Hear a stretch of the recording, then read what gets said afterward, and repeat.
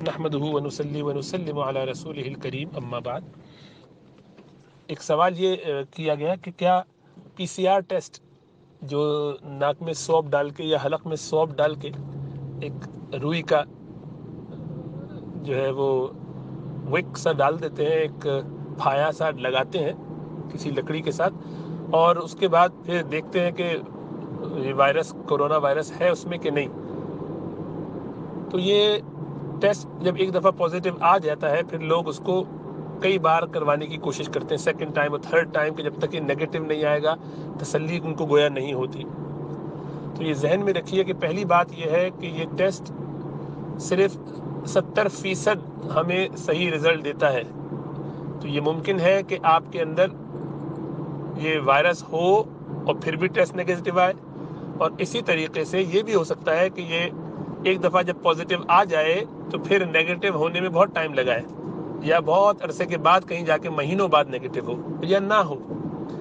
وجہ اس کی یہ ہے کہ جو پی سی آر ہوتا ہے یہ ایک ڈیڈ پارٹیکل کو یا کسی بھی ٹکڑے کو لے کر وائرس کے اس کو ملٹیپلائی کر کے ایمپلیفائی کر دیتا ہے۔ یہ اصل میں ایمپلیفیکیشن ہے۔ یہ آپ سمجھ لیجیے کہ ایک عام آواز کو جس طرح بڑا سا مائک یا میگا فون چھوٹی سی آواز کو اتنا بڑا کر دیتا ہے، یا چھوٹی سی پکچر کو آپ کیمرے کے ذریعے اپنے اسکرین کو پھیلا کے بہت بڑا کر دیتے ہیں، اسی طرح اس کا کام یہ ہے کہ چھوٹے سے وائرس کے ٹکڑے کو جو خوردبین سے بھی نظر نہ آتا ہو یا بڑی مشکل سے آتا ہو، اس کو وہ بڑا کرتا ہے، اور بڑا کرتے کرتے دکھا دیتا ہے پازیٹیو۔ یہ پی سی آر کا کام ہی یہی ہے۔ تو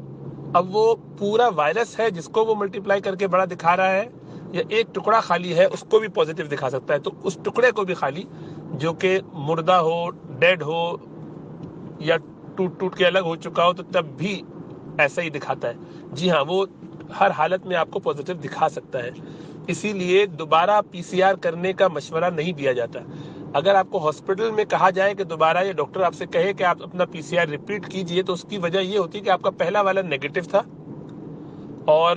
اب یہ دیکھنا چاہ رہے ہیں کہ کہیں اب تو پازیٹیو نہیں ہے، وہ سیمپل صحیح نہیں تھا شاید اس وجہ سے۔ تو یہ پاسبلٹی ہے، اس کا ہوتا ہے امکان، جیسا عرض کیا کہ 70% لوگوں میں یہ ٹیسٹ پازیٹیو آتا ہے، 30% لوگوں میں یہ پازیٹیو نہیں آتا اگرچہ وہ وائرس ہو پھر بھی۔ تو اس صورت میں ڈاکٹر خود چونکہ یہ سمجھتا ہے کہ علامات ساری کورونا وائرس کی ہیں اور اس کو دوبارہ چیک کرنا چاہیے تاکہ ہمارا علاج مزید صحیح ہو، تو اس حالت میں وہ کبھی اگر کہے کرنے کے لیے تو آپ کروائیے، لیکن اپنے طور پر اس کو بار بار کرواتے رہنا تاکہ جب تک نیگیٹو نہیں آئے گا میں کرواتا رہوں، مجھے تسلی نہیں ہو رہی ہے، تو یہ حماقت ہے، اپنا پیسہ ضائع کرنے والی بات ہے۔ اس لیے کہ جیسا عرض کیا کہ اس کے نیگیٹو ہونے یا نہ ہونے سے اور پازیٹیو ہونے یا نہ ہونے سے کوئی فرق نہیں پڑتا۔ اگر آپ کے پاس علامات موجود ہیں تو ٹیسٹ بھلے نیگیٹو آئے، آپ کو پھر بھی کورونا وائرس ہو سکتا ہے، 30%، 40% چانس ہے، اور اگر آپ نے ایک ہفتے کے بعد ٹیسٹ کروایا ہے تو 50% چانس ہے، 2 ہفتے کے بعد اور زیادہ بڑھ جاتا ہے چانس، تو اس وقت اس ٹیسٹ کی کوئی اہمیت نہیں رہ جاتی۔ یہ صحیح کانٹیکس میں صرف ڈاکٹروں کے لیے تو فائدہ مند ہے کہ وہ آپ کا ٹیسٹ کروائیں اور پھر آپ کو بتائیں کہ یہ آپ کے لیے مناسب ہے، لیکن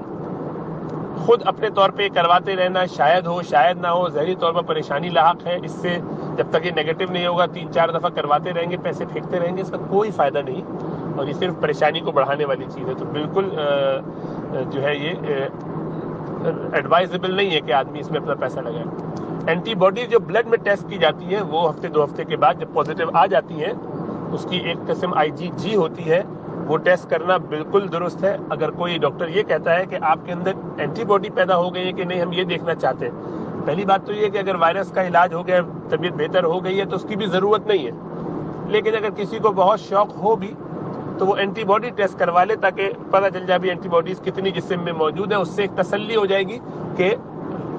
جسم میں دفاعی صلاحیت اس کے خلاف پیدا ہو چکی ہے۔ جو بہت زیادہ پریشان ہو جاتے ہیں لوگ، ان کے لیے ٹھیک ہے، عام حالات میں اس کی بھی ضرورت نہیں ہے۔ آپ جب اس سے گزر گئے، فکر کی بات نہیں ہے، جب آپ اس سے سیٹ ہو چکے ہیں، باڈی نے دفاع کر لیا ہے، تو یہ ممکن نہیں کہ باڈی دفاع نہ کرے، اللہ کہ کسی کا امیون سسٹم